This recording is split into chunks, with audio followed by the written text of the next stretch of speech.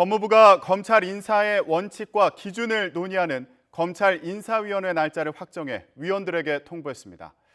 김호수 검찰총장 후보자 취임 후 첫 정기 인사를 논의하기 위한 자리인데요.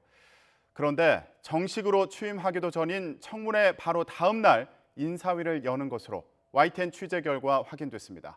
취재기자 연결합니다. 강희경 기자. 네, 대검찰청입니다. 네, 김호수 후보자 인사청문회가 내일인데요. 모레 바로 인사위원회가 열린다고요? 네, 법무부가 검찰 인사위원회를 모레인 27일 오후 2시에 열기로 하고 일정을 인사위원들에게 모두 통보한 것으로 확인됐습니다.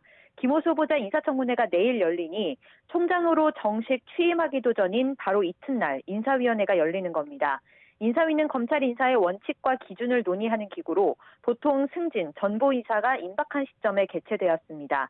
큰 틀에서의 대략적인 인사안은 법무부와 대검찰청이 인사위 전부터 논의하고 인사위를 거쳐 이르면 당일, 늦어도 며칠 안에는 인사가 단행되어 왔습니다. 그런데 이번에는 김호수 후보자의 인사청문회가 열리기도 전에 인사위 일정이 미리 잡힌 겁니다. 아직 구체적인 안건이 인사위원들에게 전해지진 않았습니다. 다만 김 후보자 취임 직후에 있을 간부급 이상 승진 전보 인사 기준 등과 관련해 논의가 이루어질 예정인 것으로 전해졌습니다.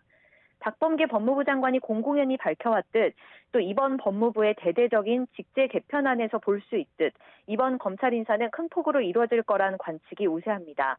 그런 만큼 장관과 총장의 협의가 중요한 건데 시작부터 법무부가 인사위 날짜를 미리 잡았다는 점에서 김 후보자 패싱 논란이 일 수도 있게 됐습니다.